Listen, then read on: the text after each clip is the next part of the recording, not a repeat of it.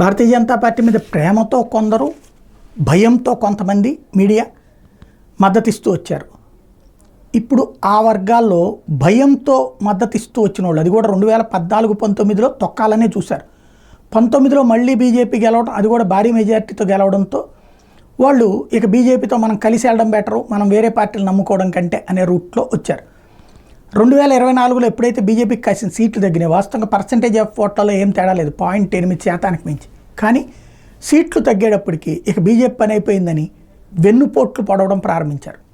వరుసగా ఇప్పుడు ఒక రకంగా చెప్పాలంటే మీడియా వార్ నడుస్తుంది బీజేపీ మీద.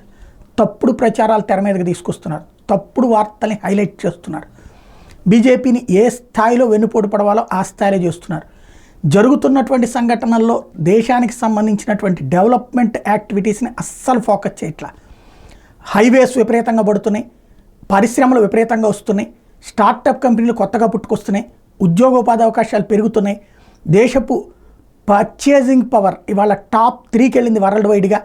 బట్ అట్లాంటి పాజిటివ్ ఇవన్నీ పక్కన పెట్టేసి ఎక్కడో వివిధ ప్రాంతాల్లో జరిగినటువంటి వ్యక్తిగత సంఘటనల్ని మాత్రం అది టోటల్గా ఈ దేశం మీద నెగిటివ్ క్రియేట్ చేయాలనుకునేటువంటి విదేశీ మీడియాకు అనుకూలంగా ఇక్కడ వాళ్ళు పనిచేస్తున్నారు. చాలా ప్రమాదకరమైనటువంటి పరిస్థితుల్లో భారతీయ జనతా పార్టీ ఉంది. వాళ్ళు గుర్తిస్తున్నారో లేదో తెలియదు.